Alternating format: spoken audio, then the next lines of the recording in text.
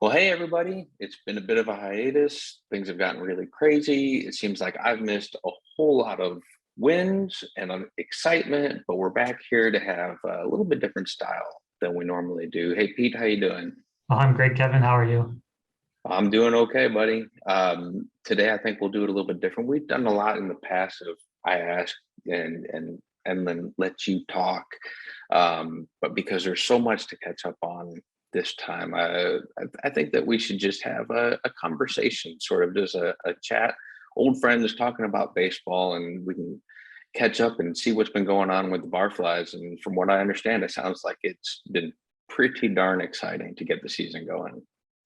Yeah, sure. We can try that out and see.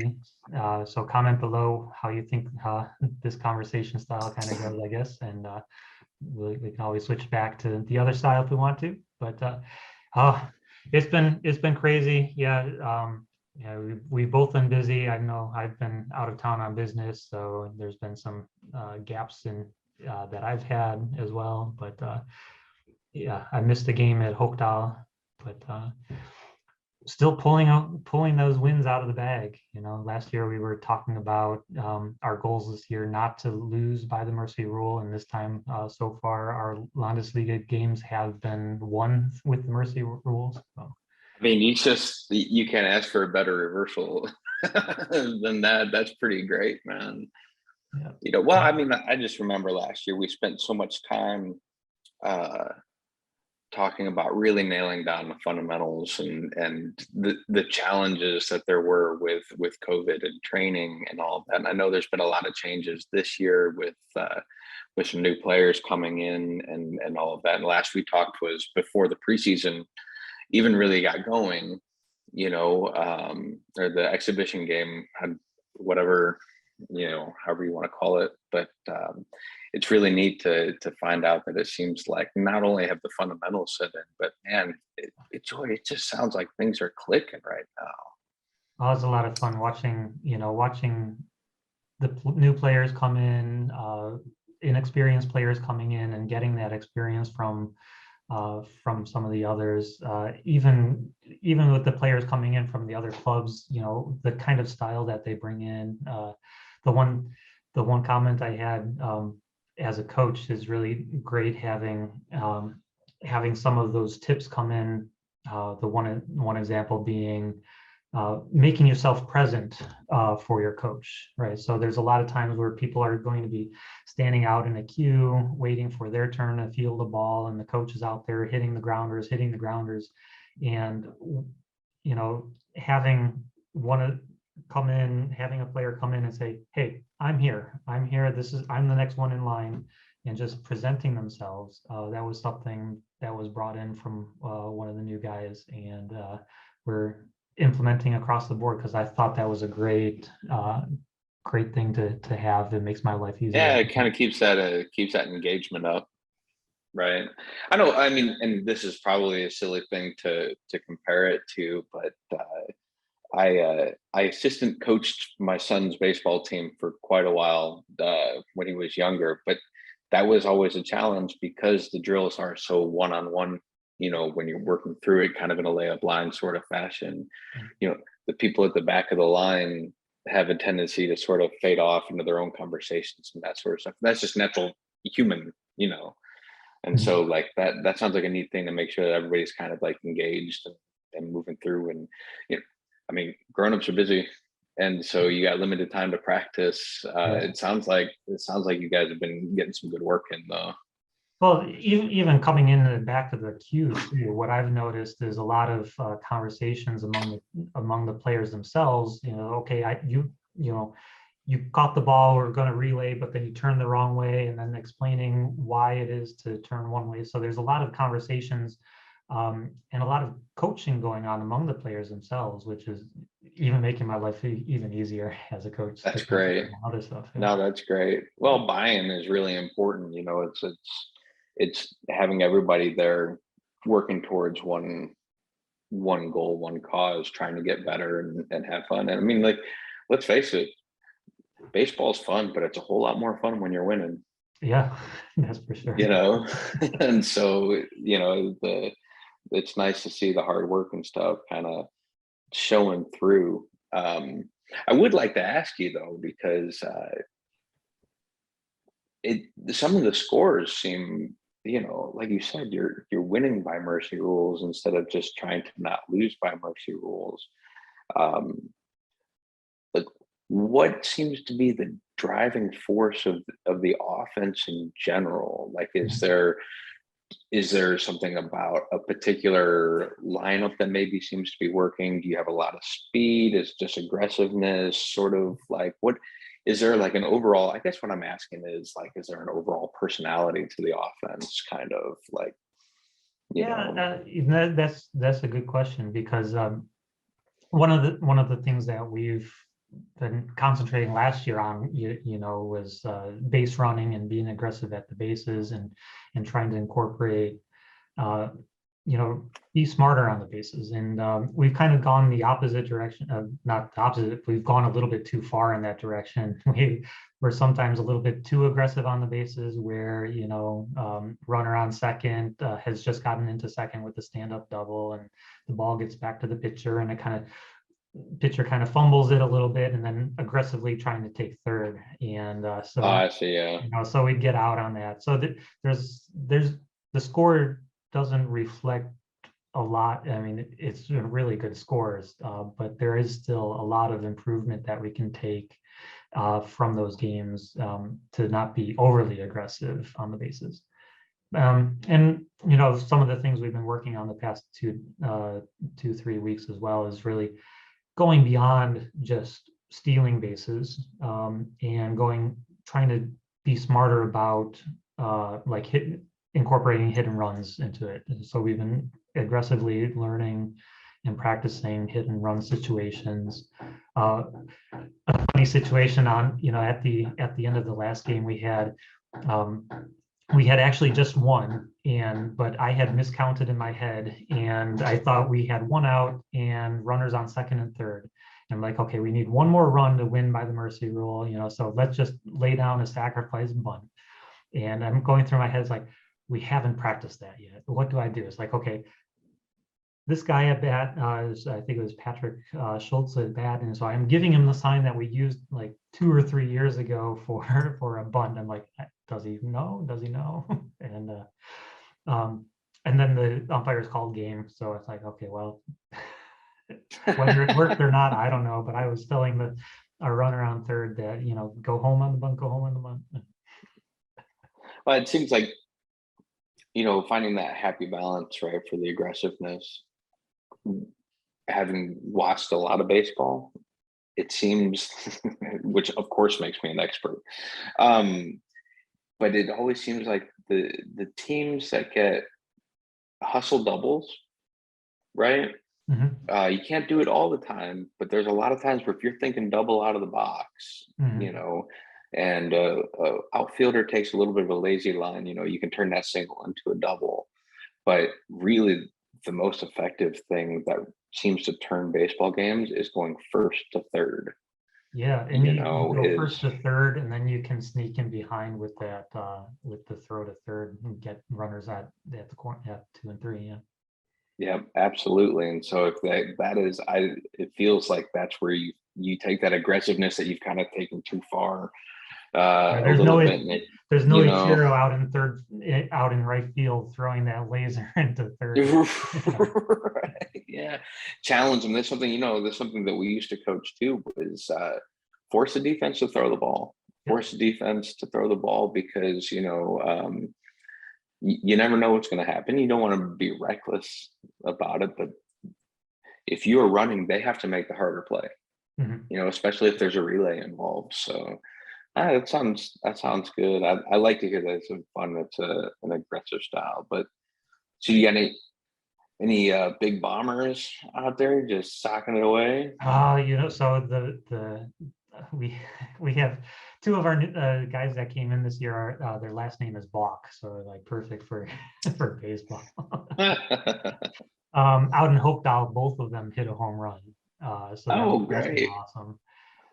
Adrian, last weekend in against Krefeld, he got a walk, he got a single, he got a double, he got a triple.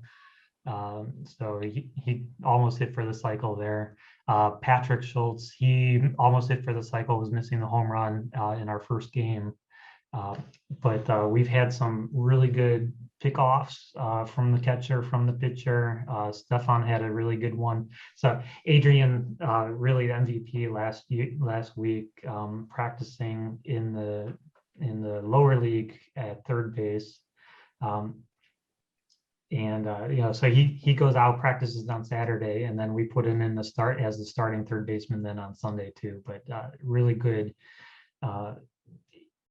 Just getting that tag down. I was playing shortstop at the time, so I could really see as the hands are coming down and flying down on the base, just the tag coming down. I was like, oh, that's really cool. Yeah, using that momentum, grabbing that ball and bringing it down. Yeah. Awesome. So you talked a little bit here about the moving up and down a little bit, right, between the Saturday league and the Sunday league. Yeah. Do you have a limit on players you can do that with? Do you have just certain players that you're doing that with? Are guys limited on innings that they can play in either game? I'm just curious how that works. Yeah, so you have to have at least a full lineup in the higher leagues. So I think we have about 11 or 12 players signed up for the higher league. And then in the lower league are people that are rookies or need some experience or generally want to play every game they can have a chance to play. And the rule is, so if you're in the lower league, you play in the lower league, and you can also jump up to the higher league. If you're in the higher league, you're not allowed to come down in the lower league. Okay, so you have 12 permanent roster spots on the upper league. Right. I see. Yeah. Okay. Cool. That was just interesting.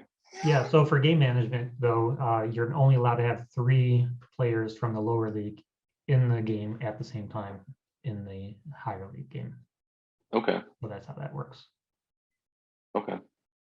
Yeah, and there was a little scandal a couple of years ago, actually, with another team. They kind of were swapping people freely between the leagues. They're like, no, not allowed to do that.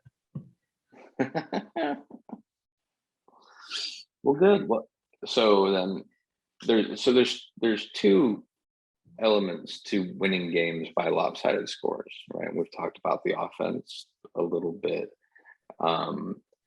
Last year, it seemed like there was some raw promise.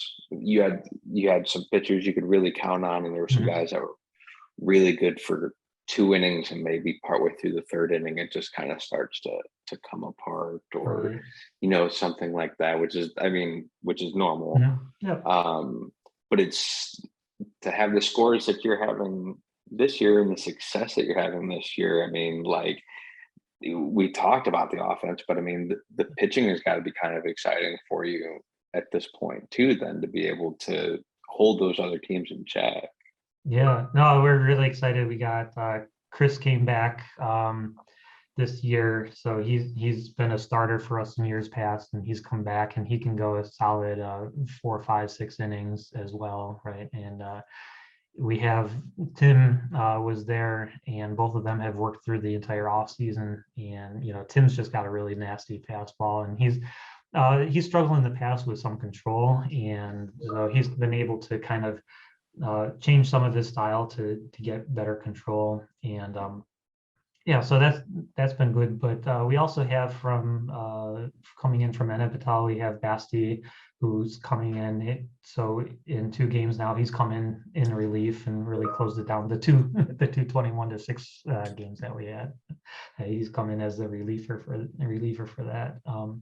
Marcel, we have he's our starting shortstop now, but he's come in and helped in Hopedal, and we'll have him helping out when he can too. And really the opportunity that we have is to, with the roster that we have, with the depth that we have, is to allow a reliever to really get warm and bring them in when it's appropriate before things get too nasty or too out of control.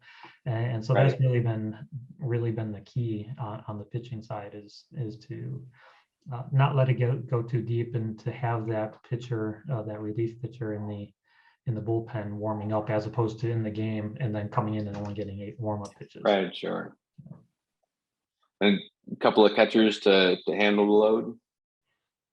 Or do you No, have like a so right now primary guy? Patrick's been really good. Actually, we wanted Henry to come in and work the Bezirksliga, so the lower league, but he's been having some injury problems, so unfortunately he hasn't been able to do that. So, but yeah, that was the plan. Hopefully he'll be able to get in towards the second half of the season. Good. And how's the defense? I know so like last year, one of the fun things was working on that, like having the right fielder really aggressively attack the ball and try and get that out at first. Yep. On a ball that's normally might considered a base hit, but like get that out at first from right field. Have you had any success with that this year at all, or just just kind of we almost had defensively in that. general? We almost had that last week against Krefeld. Michel was in right field, and he had the ball, but he mistook the umpire or he mistook the base coach for the first baseman, and threw it to the wrong.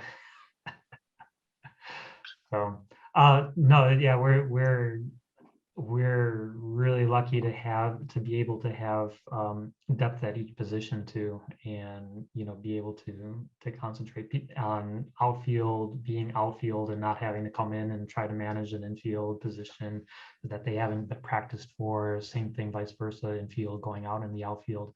The middle infield with Kevin at second and Marcel at short has been awesome in terms of they're communicating between each of the pitches and between each of the batters. And that's just been really great to see. If you take out that one, what was it, the 4th or 5th inning against Hagen last week, where it's kind of like, doesn't seem like we can get a ball over to first. But You're gonna have that. You will have a couple of those. There were a couple of bloopers, but yeah, it was fun. Yeah, really good job. And with Patrick Bach and Adrian over at third, the two of them really locking down that position has been awesome. Yeah. So I mean that probably helps a lot too with when you're moving pitchers. Although like it sounds like you've got some pitchers that can go length, but like moving those pitchers from back out into the field, or bringing a guy in from the field to warm up. Have you had to deal with that too much, or do you feel like the depth is good that like you just kind of we might need a reliever this inning, so like you don't play left, we'll put this guy who also plays the outfield quite a bit, and you warm up, and that way we'll be ready to go if we need you. Yeah, and that was great. We saw that in Dusseldorf. We had Daniel come in and played right field, and he, instead of having to have our relief pitcher play right field, he came in and helped out in right field. Had a solid batting performance as well at the plate, and just allowing us that stress to be relieved, right? It's like we don't have the stress of trying to figure out who is going to go in the lineup at what point. Dusseldorf you look at the score sheet on Dusseldorf, is like previous years, it's like every position, it's like all matched up. You go from right field to shortstop to first base to left field, all in the same game. And this was it's very controlled now and very stress-free. I mean, that helps just in general, the flow of the game too, right? I mean, like, you come into the dugout and then you bat, and then you just pick up your glove and you know where you're going. Yep. You go back out there and you're already mentally in that space to, play that position. I know, something I struggled with when I was younger. So Kevin, you were saying before we got caught up? Yeah. So I was just saying that, like, something in my playing days, not that I was a particularly great baseball player or even good, but it was, if you were playing, like, I would play third base, catcher, right, a lot. and then it would be, oh, okay, we need to go to the outfield, right? And that was sometimes a challenge. Even if you know your responsibilities, the ball looks different. It comes off the bat different based on where you're standing. And that was something that or even just being switched from left field to right field, the ball looks different out there. So I think it sounds like having that sort of stability of positions there is probably really helping the defense out. I mean, that's something that I would guess at least. Yeah, I think so. It's and that's something that we've discussed in years past, where why don't we just train for this position? It's like, I just want to play second base, or I just want to do third, it's like, why can't I just train for that? And in the past, it's been because we don't have the depth, right? Everybody needs to know every position, so everybody needs to train for every position and be ready to switch to that position in the middle of the game, right? And so, yeah, it's been great as as we go into the game management to know not only from a lineup perspective that we don't have to, everybody can hit really well, and regardless of really how we match up do the actual lineup, that we don't have to switch players around, and I'm not going and to the score and the umpire and making all these changes throughout the game. One of the in the last game, it was kind of awkward because as we were up 8-1, I'm looking at the score. I'm like, oh shoot, we're coming up on the 15-run rule, and how do I get all of my bench players who've been to training? How do I get them into the game?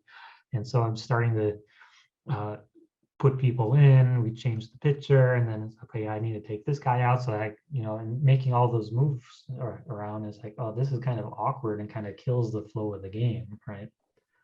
Yeah. But I mean, nice problem to have. Yeah. Compared to last year where you're stretching out, I need to move these guys around to make sure that I can get this pitcher ready to come in, and I didn't quite have time to get him ready now. And so that's fun. And this year with lesser restrictions, right?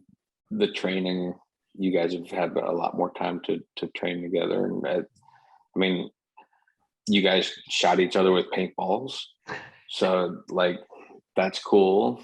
Lots of team building, and a little bit of passive aggressive violence there. It's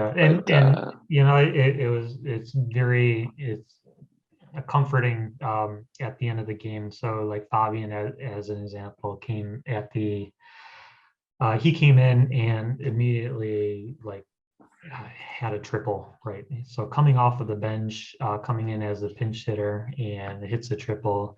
But I mean, that's small peanuts, because really we're looking at the whole program. And after the game, after we kind of reviewed what the game was, and his comments at the end of the game was, hey, this is my first game where, we have so many people that came in from Ennepetal, and we have people who from Bochum, and so a few players that came in from Herne before.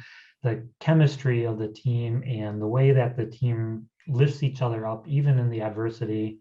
In some games in the past, where things might not go our way, we get frustrated, you miss the ball, or you have a bad throw to first and over the head, and he gets extra bases and things like that. And some of the games in the past has been like, just frustrating, not for yourself, but then you start bringing the other team down and the rest of the team down.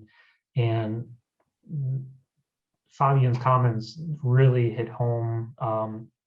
And it's been a theme throughout the year too, is like the team has really come together and has that chemistry, regardless of where we came from, what our past teams have been, and things like that. And so it's really been comforting to see that build throughout this year.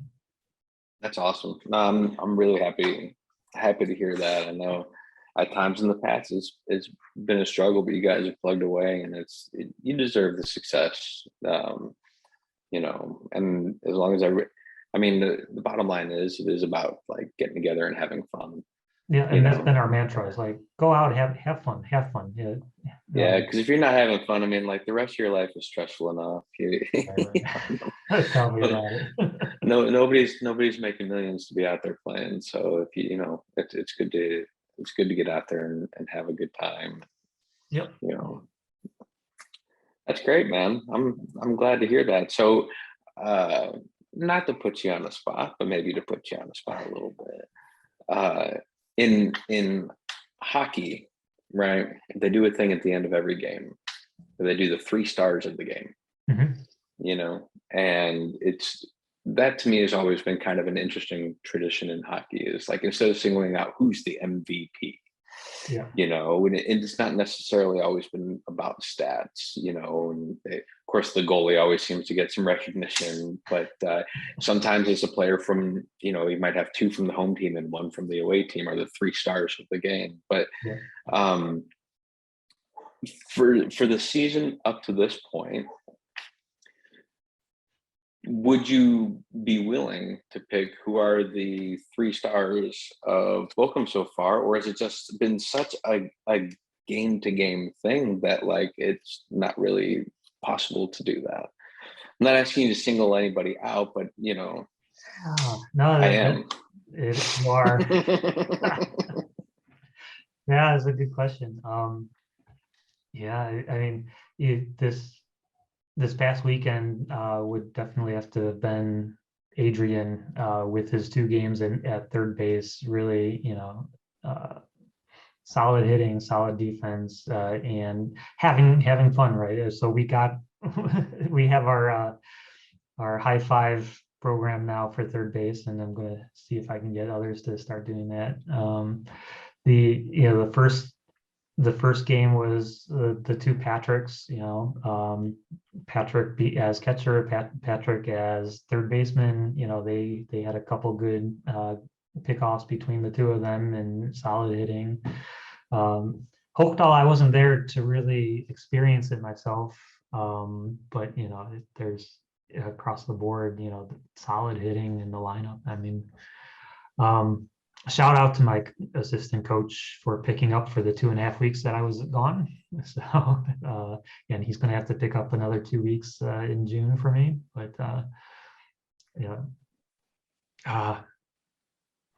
and then there's also, there's Kevin, who's been there solid all the practices. You have Michelle, who's there solid all the practices. Sven has really shown progress with hitting. He was the strikeout king last year, and this year he's picking up and concentrating. But on defense, we have him in outfield, and he knows his responsibilities. He's always there doing backups on every play, even though he's not involved in the play per se. So once he gets on base, very well, good understanding, has really picked it up really good the past couple of years. So yeah, can't single out 3. The 12 stars. Yeah. Good. That is a perfect coach's answer is what that is.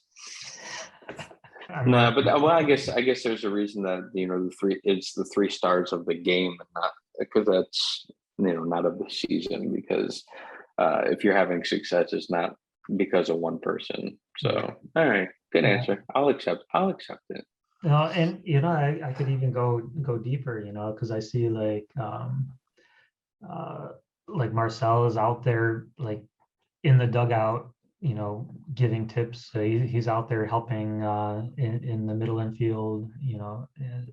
Basti, I know he wants to play, right? And as the relief, it's like as a relief pitcher, you want to be out there and you want to be in the lineup and playing, right? But hats off to him for not complaining about it and doing his job. Everybody has a job to do, and he's been in the dugout helping scout during the game, and so yeah. Good deal, man. Oh, that's good. it's good to have a team Who else like could I that. name? We got. We don't have anything. Let me go through the lineup. Well, good. No, Well, I'll tell you what. it's a great team, great chemistry, and I couldn't be prouder of them up to this point. That's awesome. That's great to hear. I feel it's like a really good spot to leave it today. I feel like we've kind of got caught up with the personality of the team and an idea of what's going on there. Some compare and contrast with last year, which is really fun. And just overall to hear how much fun that you guys are having going out there and playing a really fun game. Yep. Man, that's everything. Yep. Well, good deal. Hopefully the conversation style here goes over well. It just felt like don't forget to leave the comments, guys. Let us know if this is more of what you'd love to see in the future or whatnot. Yeah. Sounds good, man. So real quick though, game this weekend? We are away at Wuppertal, the Wuppertal Stingrays. So yeah, Sunday matchup, 3:00 game time, Central European Standard Summertime. So, wait, what was that? Central European Summertime, 3:00. Central European Summertime. CST, yeah. Oh, the CST. Smash the likes. Well, good. Sunday, 3:00. Best of luck to the Bochum Barflies. Keep it going, guys. Happy to hear you having fun. Happy to hear you having success. Keep it going. Thanks, and we'll talk to you again soon. Awesome. Great. All right. Good luck, guys.